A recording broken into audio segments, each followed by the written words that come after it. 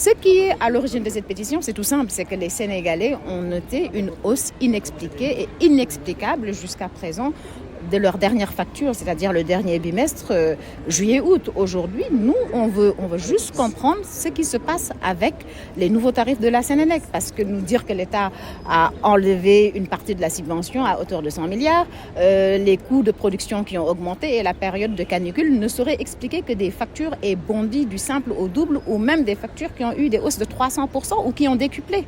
Et nous, on a voulu aujourd'hui montrer de manière civilisée notre désaccord par rapport à cette manière d'agir de la Sénélec. Voilà, vous sortez de la direction générale, l'économie de cette audience. Nous avons eu la surprise de voir le directeur général parce qu'il n'était pas prévu de le rencontrer. Il était là avec beaucoup de ses collaborateurs, beaucoup de directeurs, de chefs de service et puis le syndicat Maison. Donc nous l'en remercions. Ce qu'il en ressort, c'est qu'aujourd'hui, ils acceptent qu'il y a effectivement un problème, mais que ce n'est pas eux qui vont régler ce problème parce qu'il y a un comité de régulation du secteur du secteur de l'électricité.